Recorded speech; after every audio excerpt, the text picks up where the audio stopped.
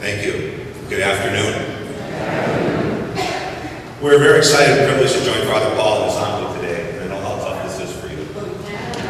But thank you, Father. We appreciate it, taking up your time. On behalf of your parish council, I would like to take this opportunity to thank you for the opportunity to bring you up to date on some of the key initiatives the parish council has been working on. But before I do, I wanted to make sure that everyone was aware of what the primary role of the parish council is. Most simply, a parish pastoral council is a representative group from the parish who offer counsel to the pastor. It is an advisory leadership body that assists the pastor and the parish staff in discerning the needs of the parish and by recommending strategic goals and priorities, guide the parish in fulfilling its mission as a Christian community.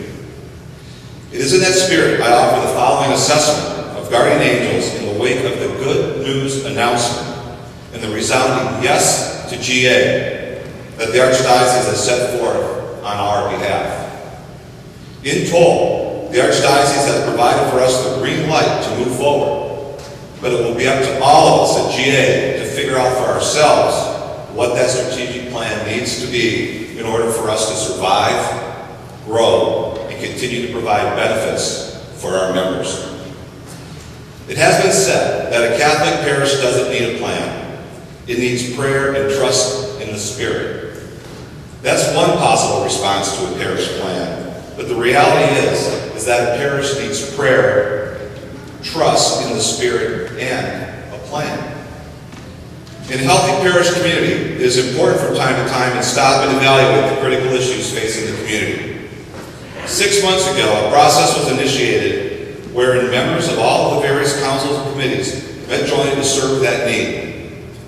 After reviewing the existing ministries of the parish, reflecting on the needs of our members and others the parish serves, and after considering the strengths of our parish, it was proposed by the Joint Councils Committee that Guardian Angels can most fully live out its mission by concentrating on a revised leadership structure that provides effective direction at all levels.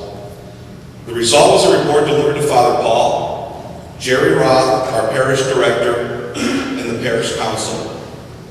After several discussions, it was discerned that a revised leadership structure model be considered. It needed to be one that defines who we are as a parish today and who we want to be in the future.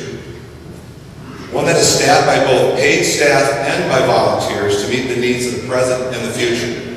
And finally, one that is collaborative in nature and has a strong communication system linking all governance, management, and ministry efforts. So, over the next several months, you will hear more specifics around this plan. In its simplest terms, the plan is a response to the wonderful opportunities we have before us.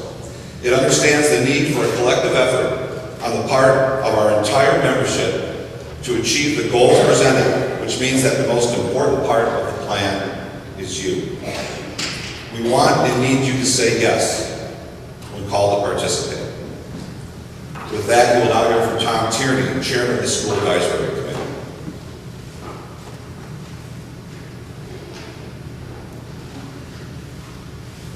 Thank you, Tim. Good afternoon. My name is Tom Tierney. I'm the Chairman of GA School Advisory Committee. Tim alluded to the variety of ministries supported by his parish, but I'm here to focus on one, Guardian Angel School. As a father of 4 GA students, I'm well aware of my responsibilities to support the school as a parent. I often overlook my responsibilities to support the school as a parishioner. I'll go into that in more detail, but first this. The recent diocese announcement provides closure. GA, the parish, has a future. We won't be closed or clustered or whatnot.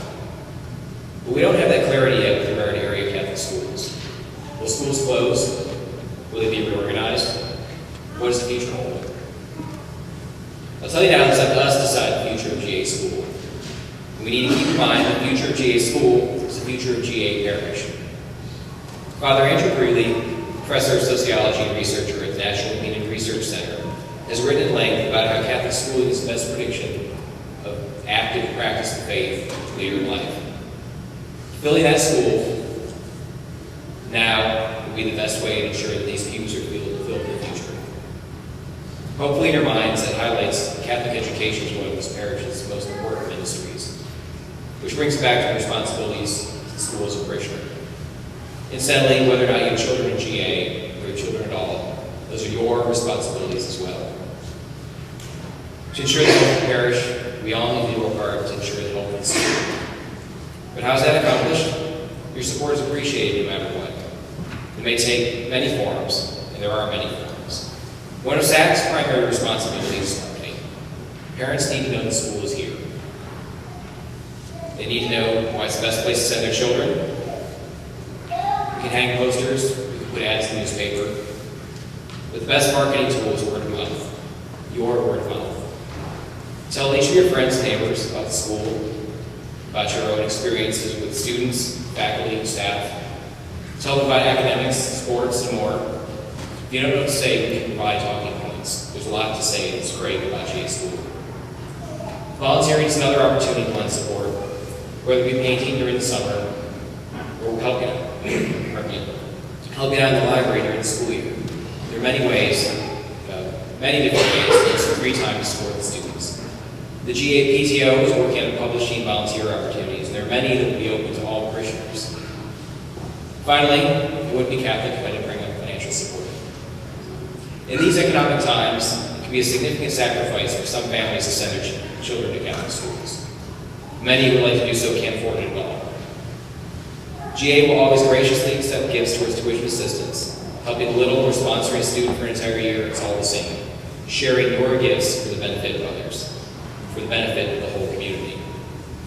Even on a smaller scale, there are ways to help. Breakathon donations, attending Angel Fest, attending Spring Fling, collecting box tops or soup labels, and more.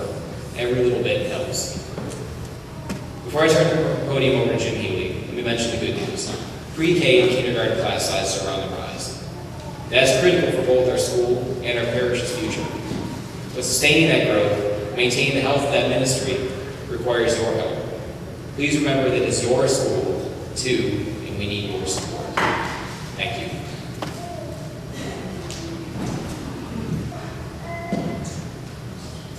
Hi, I'm Jim Healy with your Finance Council. I can see in a lot of your eyes that you wish Father people are. I'll be brief. My role today is threefold. To review the role and responsibilities of the Finance Council, to communicate the current financial condition of our parish community, and discuss our commitment as it relates to the sharing of financial information. First, the responsibilities of the Finance Council are as follows. We are consultative in nature. We offer advice to the parish director, trustees, and the pastor. But please note, the pastor has the final say in all decisions. We manage the annual budget process. We contribute to budget implementation, monitoring revenues, and reviewing expenses. And we assist in the development and review of the annual financial report. Second, I think we would all agree that we have a great parish, church, and school. But like most businesses, or I should say a lot of businesses and individuals today, we are struggling financially. The good news, as Tim alluded to, is that the Archdiocese clearly sees greatness in us and has not suggested any negative structural change. But that doesn't mean we don't have work to do.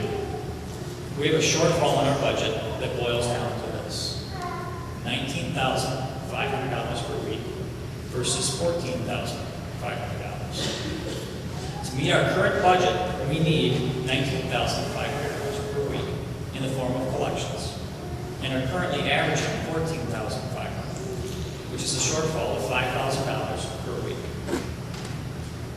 Now, my role is not to ask you for money. Again, the Finance Council is consultative in nature. We recognize that everyone's financial situation is radically different, and that we are in challenging financial times. I also don't want to offend those of you who are already giving at incredible levels. However, I know from various conversations that many of you want a number. What's it going to take? So here's a very simple example. We have roughly 600 of our 980 registered households actively giving. If 500 of those actively giving households increase their contributions by $10 per week, our shortfall would be eliminated. But in reality, that would be too easy. truly balance our budget and grow our parish, as I believe we all want to see happen, we collectively need to get more parishioners actively involved in our parish, increase enrollment at our school, improve and build upon our fundraising efforts, and simply stated, give more on a weekly basis. My third and final comments are about our commitment as it relates to the sharing of financial information. After Mass, you can take home a copy of our annual report. Included, along with information about our various ministries, are 2 of our year-end financial statements. In addition, effective either next week or the following, at the very latest, we will be publishing our weekly collection numbers in the bulletin. They'll be broken out by envelopes and electronic data, and how those numbers relate to our current weekly budget of $19,500. So with that, I thank you. I encourage you to look at the annual report, and I invite any questions that you might have. Turn back over to Tim.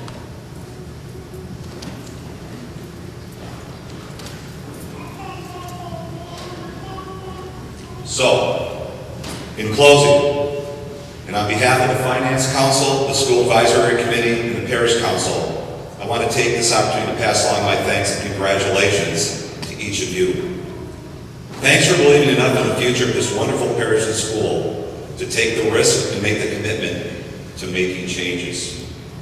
Changes that take advantage of the commitment that the Archdiocese has made to Guardian Angels, and in turn, we owe it to ourselves. Thanks for figuring out a way to make this work so we can grow and thrive by using our combined ideas and talents and leveraging the things that we do best.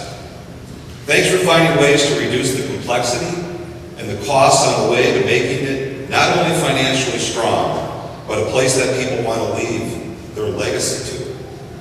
And finally, congratulations on being part of a parish and school community where no is not an option, and where yes is at the heart of all that we do and all that we are. With that, thank you and God bless.